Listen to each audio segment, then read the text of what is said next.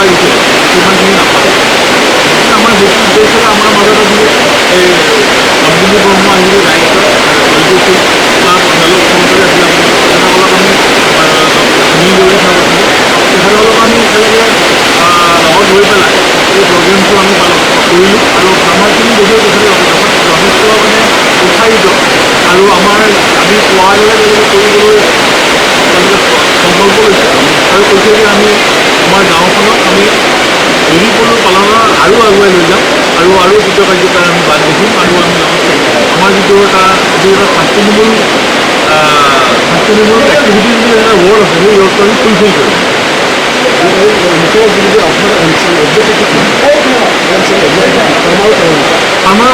আমাৰ অবজেক্ট এটা কেম্পেইন এটা অভিযান মোৰ ৰেচম মোৰ কৰোঁ বা আমি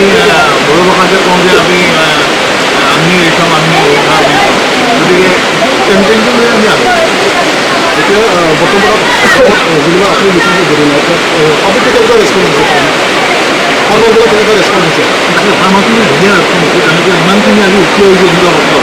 এই গৰমত তেওঁলোকে ইয়াতে বহিছে বতাহ বৰষুণত বহি পেলাই তেওঁলোকে আমাৰ কথা শুনিছে মন দি পেলাই গতিকে তেওঁলোকে যথেষ্ট উৎসাহী আৰু তেওঁলোকে পলু পালন কৰেও আৰু তেওঁলোকে পালন কৰি থাকিব সদায় কৰি থাকিব তেওঁলোকে পলু পালন মাত্ৰ আমি বিচাৰিছোঁ তেওঁলোকে অলপ উন্নত পদ্ধতিৰে পলু পালন কৰক আৰু এতিয়া যদি তেওঁলোকে 100 টকা পাইছে কালি হয়তো তেওঁলোকে 200 টকা পাব আমাৰ উদ্দেশ্য সেইটো অলপ উন্নত পদ্ধতিৰে বৈজ্ঞানিক পদ্ধতিৰে পলু পালন কৰক কিছুমান চেৰিকালচাৰৰ পৰা কিছুমান সুবিধা থাকে কিন্তু কিছুমান বেনিফিচিয়াৰী হ'লে তেওঁলোকে নাজানে সেইটো ক্ষেত্ৰত কি ক'ব? চেৰিকালচাৰৰ সুবিধাবোৰ আচলতে সাধাৰণতে কেন্দ্ৰীয় ৰেচম বোৰ্ডে মিনিষ্ট্ৰী অফ টেক্সটাইলৰ জৰিয়তে দিয়ে সেই সুবিধাবোৰ আমি ডিপাৰ্টমেণ্ট অফ চেৰিকালচাৰ ষ্টেটৰ যিটো ডিপাৰ্টমেণ্ট আছে ৰেচম বিভাগ সেই ৰেচম বিভাগৰ জৰিয়তে আমি ইমপ্লিমেণ্ট কৰোঁ আৰু সুবিধাবিলাক সাধাৰণতে আমাৰ এইবিলাক সুবিধা বুলি ক'লেও এতিয়া সকলো ফাৰ্মাৰ্চৰ কাৰণে নহয় কিন্তু প্ৰগ্ৰেছিভ ফাৰ্মাৰ বা যিসকলে সদায় পশুপালন কৰি যাব ভৱিষ্যতে তেওঁলোকৰ কাৰণেই সুবিধা এনেকুৱা নহয় যে আমি 1 লাখ বা 1,000 বা পশুপালক আছে সকলোকে সুবিধা দিব পাৰিম কিন্তু এটা উদগনি উদগনি তেওঁলোকক আৰু আগুৱাই লৈ যাব আৰু সেইবিলাকৰ সুবিধাৰ কাৰণে আমি সময়ে সময়ে বিভিন্ন ৱৰ্কশ্বপ হয় বিভিন্ন ধৰণৰ ফিল্ড ডে ফাৰ্মাৰ ডে এইবোৰ হয় তাতে আমি জনাই থাকোঁ যে এনেকুৱা সুবিধা আজিও আমি তেওঁলোকক কৈছোঁ তেওঁলোকে ভালকৈ কৰে আমি তেওঁলোকক বাগান কেনেকৈ বনাব লাগে সেই বিষয়ে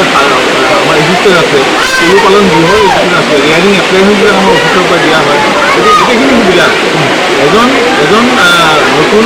কৃষক যদি পশুপালক হ'বলৈ খোজে আৰু তাৰ কাৰণে যিখিনি বস্তু দৰকাৰ পলু পালন পলু আপোনাৰ বাগানৰ পৰা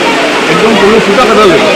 কাপোৰ বোৱালৈকে গোটেইখিনি সুবিধা আমাৰ স্কিমত আছে আৰু আমি স্কিমত সেইমতে আমি ইমপ্লিমেণ্ট কৰি আছোঁ আমাৰ ৰেচম বিভাগৰ জৰিয়তে। সাপ্তাহিক সময় এনেকুৱা প্ৰগ্ৰেমটো কি জাগাত আপুনি আয়োজন কৰে? কি হয় সাপ্তাহিক সময়টো কি জাগাত ল'ব? আমি অলপ আগতে আলোচনা কৰিছোঁ ৰাণী জগা বুলি এডোখৰ জাগা নাম আছে